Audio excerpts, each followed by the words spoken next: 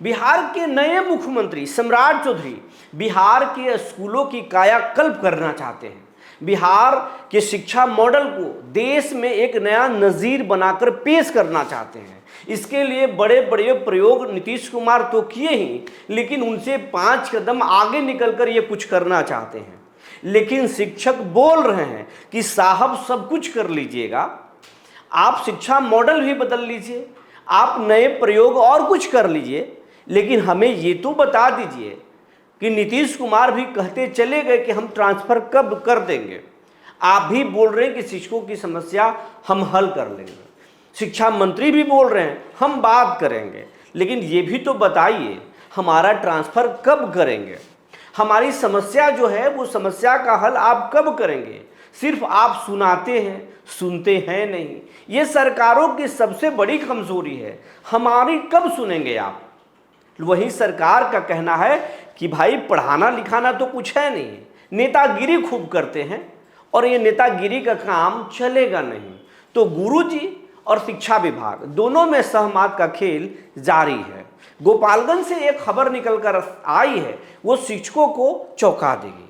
खबर ये कि गुरुजी स्कूल घर में बैठे बैठे 100 किलोमीटर दूर अपने स्कूल में ऑनलाइन हाजिरी घर से ही बना रहे थे, यानी हाजिरी में फर्जीवाड़ा कर रहे थे। और इस फर्जीवाड़े को जब विभाग ने पकड़ा तो वैसे 35 गुरुजी को सेवा से निलंबित कर दिया गया है। फिलहाल सेवा से बर्खास्तगी के बारे में भी बात कही जा रही है।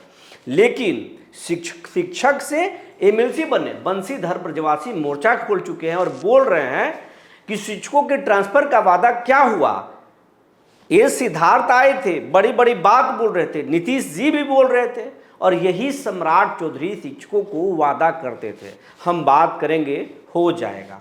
कब होगा, अब तो खुद मुख्यमंत्री बन गए और नए नए शिक्षा मंत्री भी आए हैं मिथिलेश तिवारी जी। कब होगा ये शिक्षकों का वादा पूरा और बिहार के बच्चों के लिए एक अच्छी शिक्षा व्यवस्था कब लागू होगा, ये बड़ा सवाल है। तो सरकार में क्या चल रहा है, शिक्षकों के मन में क्या चल रहा है और विभाग में क्या चल रहा है, ये सब कुछ आज बताएंगे। जी नमस्कार, मैं हूं विपुल कुमार और आप देख रहे हैं सूर्य बिहार डिजिटल न्यूज़। अब हम तमाम शिक्षक साथियों से, तमाम दर्शकों से, बिहारवासियों से, देशवासियों से जो सूर्य बिहार को देखते हैं लेकिन अब तक इस चैनल पर नए हैं या फिर चैनल को सब्सक्राइब नहीं किए हैं, वैसे तमाम दर्शकों से अपील करना चाहेंगे, ये चैनल आपका है। चैनल को अगर आप अब तक यूट्यूब पर सब्सक्राइब नहीं किए हैं, सब्सक्राइब कर लीजिए, बेल आइकन को दबा लीजिए। अगर आप हमें फेसबुक पर देखते हैं तो पेज को फॉलो करना ना भूलें। हम इंस्टाग्राम पर भी हैं, आप हमें वहाँ भी देख सकते हैं और फॉलो कर सकते हैं। अब आपको खबर हम विस्तार से बताने जा रहे हैं। खबर ये, सबसे पहले हम बात करेंगे शिक्षकों के ट्रांसफ़र का। इस वादे का क्या हुआ, जब के पाठक आए तो शिक्षकों की जो बीपीएससी से बहाली उन्होंने किया, मानो बीपीएससी शिक्षक की बहाली नहीं कर रहे थे, सेना की बहाली कर रहे थे।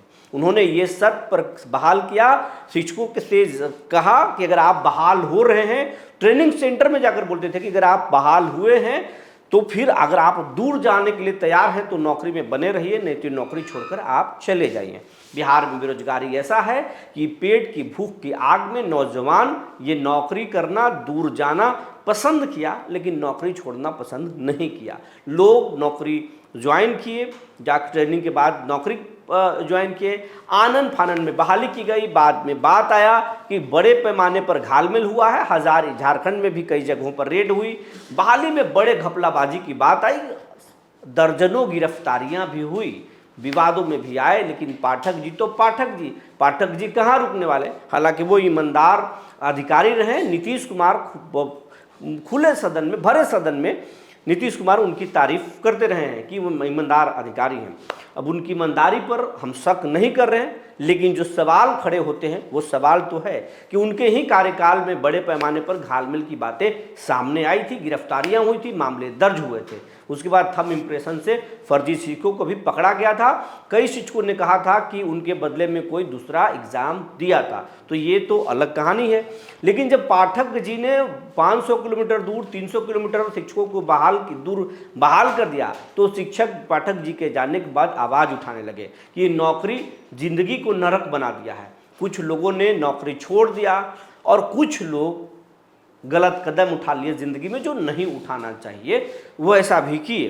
फिर इस पर नीतीश कुमार संज्ञान लिए, अपने भरोसेमंद आईएएस अधिकारी एस सिद्धार्थ को शिक्षा विभाग की कमान सौंपी, एसीएस बनाए गए, पाठक जी को छुट्टी दिया गया, दूसरे विभाग में भेज दिया गया।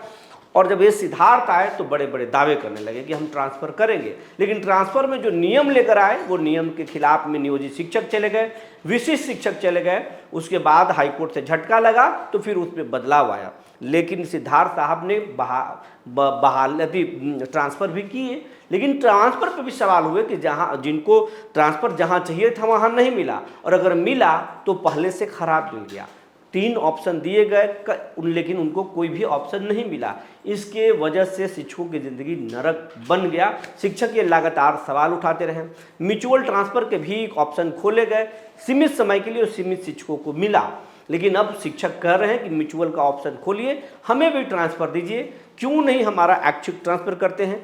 जिस ज़िले में हम चाहते हैं पढ़ाना, हम उस घर से 30 किलोमीटर दूर, 40 किलोमीटर दूर, 50 किलोमीटर दूर पढ़ाना पसंद करेंगे। हमें भी कंफर्ट जोन में रहने दीजिए, ताकि हम परिवार के तनाव में कम और पढ़ाई और स्कूल के बारे में ज़्यादा सोचें।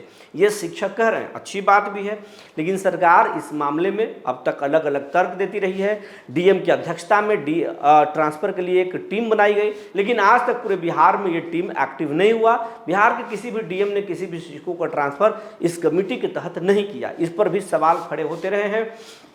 दूसरा, जो मुख्यालय स्तर से ट्रांसफ़र हो रहा था उसमें भी सेटिंग घपलाबाजी की कहानी जगजाहिर है। वो अगर शिक्षक हैं, किसी ने अगर कराया है तो जान रहे होंगे।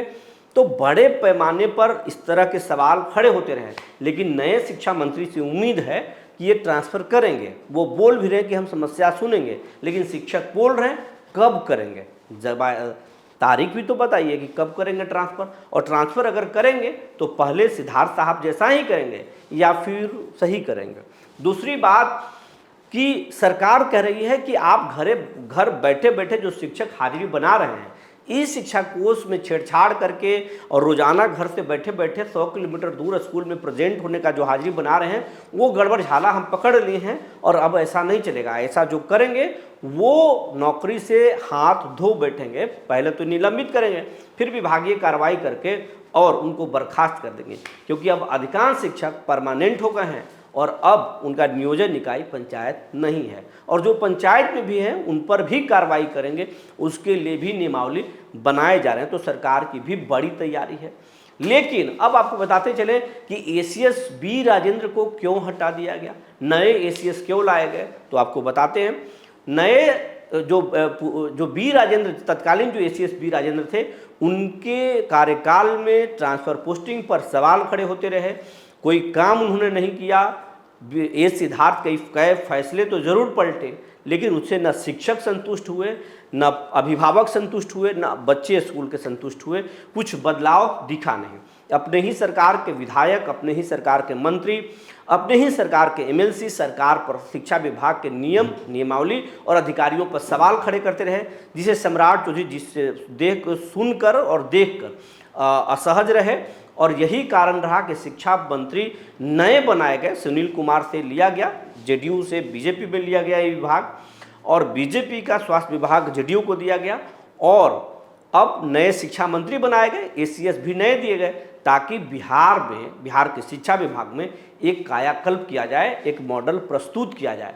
सम्राट चौधरी चाहते हैं कि बिहार के जो स्कूलों की भवन है उसको कॉरपोरेट अंदाज में बनाया जाए, सुविधाएं बेहतर की जाए, प्राइवेट स्कूलों से कहीं बेहतर उसमें माहौल हो और बिल्डिंग हो, और ज़रूरत पड़ी तो स्कूलों में एसी भी लगेंगे, जनरेटर भी लगेंगे। हर ब्लॉक में एक मॉडल स्कूल बनाने की तैयारी है, और बहुत कुछ तैयारी है।